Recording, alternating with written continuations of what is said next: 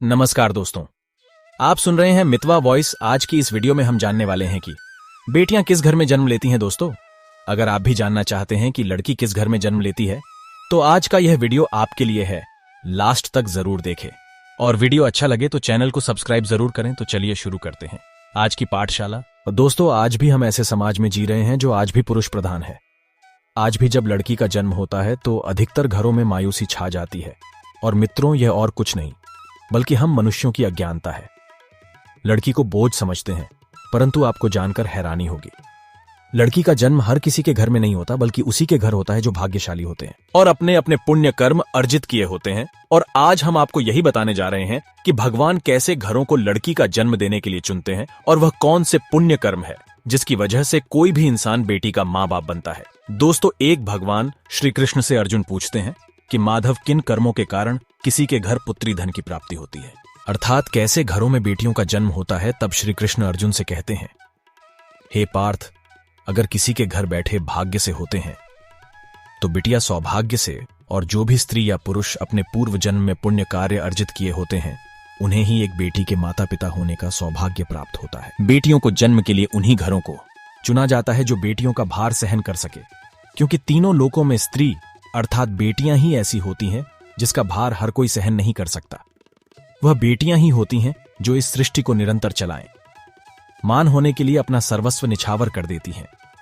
हे अर्जुन, पर जिस दिन इस सृष्टि में बेटियों का जन्म लेना रुक जाएगा उस दिन धीरे धीरे इस सृष्टि का अंत हो जाएगा।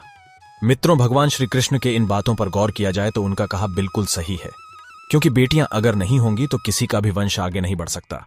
दोस्तों, आपने भी कई लोगों को कहते सुना होगा कि जिस घर में बेटी का जन्म होता है वह घर स्वर्ग के समान होता है, क्योंकि बेटा तो केवल एक कुल को रोशन करता है, बेटियां तो दो कुलों को रोशन करती है। माता पिता के घर वो बेटी के रूप में अपने उत्तरदायित्व का निर्वहन करती है तो ससुराल आकर एक बहू के रूप में सारे कर्तव्यों का पालन करती है। दोस्तों, आजकल आप सुनते ही हो, बेटियां बहू परिवार में किसी के मर जाने पर उसका वर्णन नहीं कर सकते, लेकिन यह बिल्कुल भी सही नहीं है, क्योंकि रामायण में बताया गया है कि प्रभु श्री राम के पिता राजा दशरथ की मृत्यु हो गई तो माता सीता अर्थात राजा दशरथ की बहू नहीं, उनका पिंडदान किया था, जिससे उन्हें जन्म मरण के चक्र से मुक्ति मिल गई थी। इतना ही नहीं, हिंदू धर्मशास्त्रों में बताया गया है कि बेटियां भी अपने पिता के नाम का पिंडदान कर सकती हैं। वही अगर ससुराल पक्ष में कोई पुरुष नहीं है तो इस स्थिति में बहू भी पिंडदान कर सकती है। इसलिए मित्रों, वह लोग बहुत किस्मत वाले होते हैं जिनके घर में बेटी जन्म लेती है। वही वह परवल किस्मत के होते हैं जिनके घर एक से ज्यादा बेटियां होती हैं। शायद यही कारण है कि बेटियों को लक्ष्मी कहा गया है। दोस्तों, बहुत से लोगों की सोच यही होती है, बेटी है तो बिना समय गवाएं और इस पर पढ़ाई में पैसे लगाए जल्द से जल्द शादी कर दो। लेकिन यह सोच एक बेटी के भविष्य को बर्बाद कर देती है। जरा सोचिए, एक बच्ची के मन में कितने सपने होते हैं, उसे कुछ करना है, लेकिन यह सपने सिर्फ सपने ही रह जाते हैं। इसलिए अपनी बेटियों को सपने पूरे करने देना चाहिए। उन्हें जीवन में हर वह खुशी दे जो उन्हें मिलनी चाहिए। उन्हें जीवन में हर वह खुशी दे जो उन्हें मिलनी चाहिए। एक बेटे से ज्यादा एक बेटी हमेशा अपने माता पिता के लिए सोचती है। माता पिता को प्यार और अपनापन बेटी ही दिखा सकती है। बेटी के जन्म को एक जश्न की तरह मनाना चाहिए। माता पिता को बेटी को हमेशा एहसास दिलाना चाहिए कितने खास है बेटी है। मित्रों, बेटी कभी भी बाप पर बोझ नहीं होती, वह सिर्फ अपनी और अपने परिवार की किस्मत बनाने के लिए जन्म लेती है। एक कथा के अनुसार 2 मित्र लंबे समय के बाद एक दूसरे से मिले।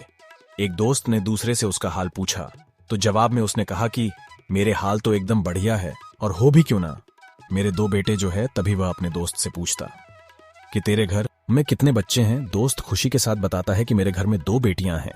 उसका दोस्त भगवान का शुक्रिया अदा करता हुआ कहता है कि मैं धन्य हूं, मेरे घर बेटियां नहीं। यह सुनकर पिता की आंखों में आंसू आ गए।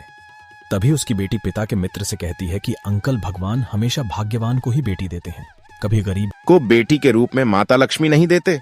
भगवान उसी को पुत्री का सुख देते हैं जिसके अंदर पालने की सामर्थ्यता होती है, जो गरीब होकर भी अपनी बेटी को पाल सकता है। एक बार स्वामी विवेकानंद वैष्णो देवी की सीढ़ियां चल रहे थे।